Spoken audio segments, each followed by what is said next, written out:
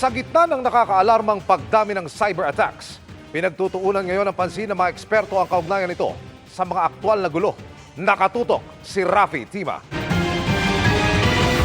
Dumarami, nakababahala at dapat paghandaan. Yan ang nagkakaisang babala ng mga eksperto sa isang cybersecurity conference sa Makati. Bukod sa mga pribadong kumpanya, ang nakakaalarma daw ay ang dumaraming pag-atake sa gobyerno. For the period January to April of this year alone, we have had 39 cyber incidents involving government agencies, 3 of which have had repeated attacks. Pero ang pinagtutuunan ngayon ng pansin ng mga eksperto, ang relasyon ng cyber attacks sa mga aktwal na kaguluhan tulad na nangyayari sa Ukraine.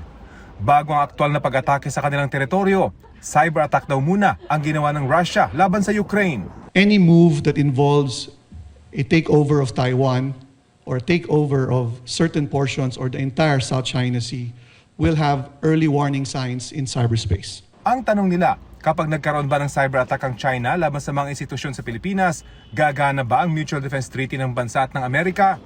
Hindi pa raw ito malinaw, pero ngayon pa lang, may mga bansa nang binabago ang kanilang mutual defense treaties. A number of countries are updating those mutual defense treaties to say, look, cyber is covered, and it should be, because if you use a cyber attack and it kills a bunch of people, why is that different than the kinetic attack? Ayon sa ambassador ng Australia sa Pilipinas na nagsalita rin sa forum, siniseryoso nila ang mga panganib ng mga cyber attack.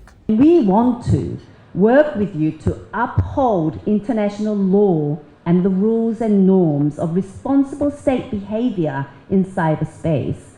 Sound familiar? A bit like what we're doing in the South China Sea, yes.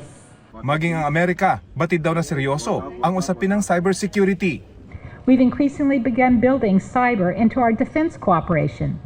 Last year's Balakatan exercise included a cyber defense component for the first time ever. Today, several combatant commands like the Indo-Pacific Command and Cyber Command have their own programs with the Philippines.